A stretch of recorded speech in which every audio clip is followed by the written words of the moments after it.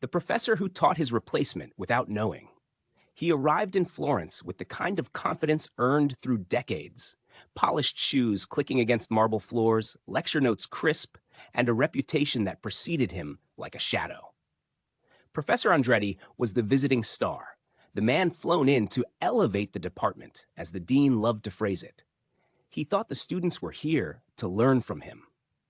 He had no idea one of them would eventually replace him. The lecture hall was old stone and gold light. Dust motes floated like slow snowflakes in the shafts of sun cutting through stained glass windows. On the front row sat Matteo Rossi, quiet, wide-eyed, a scholarship student so attentive he barely blinked. He scribbled every word, not because he needed the grade, but because this traveling professor ignited something. Week after week, Andretti lectured with theatrical flair, case studies, philosophical puzzles, the secrets behind success. He noticed Matteo only in glimpses: a raised eyebrow, a thoughtful nod, that stillness before a question was formed. Good, he'd praise, then move on, unaware his words were shaping more than a student. They were shaping a successor. The semester ended with applause, tearful farewells, and plaques gifted to the professor. "You've changed our lives," Matteo whispered when they shook hands. Andretti smiled politely. He'd heard that before. He flew home, confident the department would one day invite him back. Years passed. Funding cuts reshaped the university. The dean retired, new policies arrived, and the glamorous exchange programs shrank.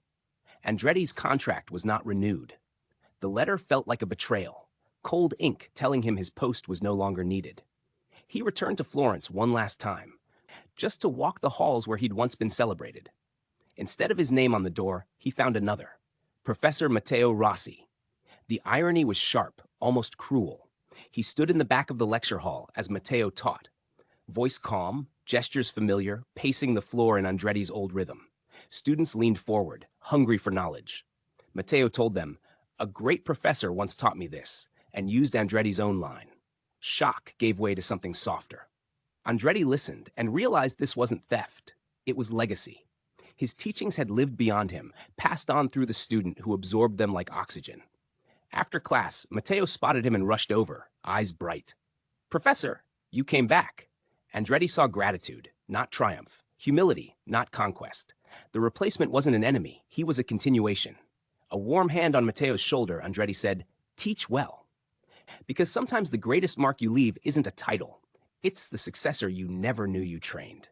Like, share, and subscribe for more incredible true stories.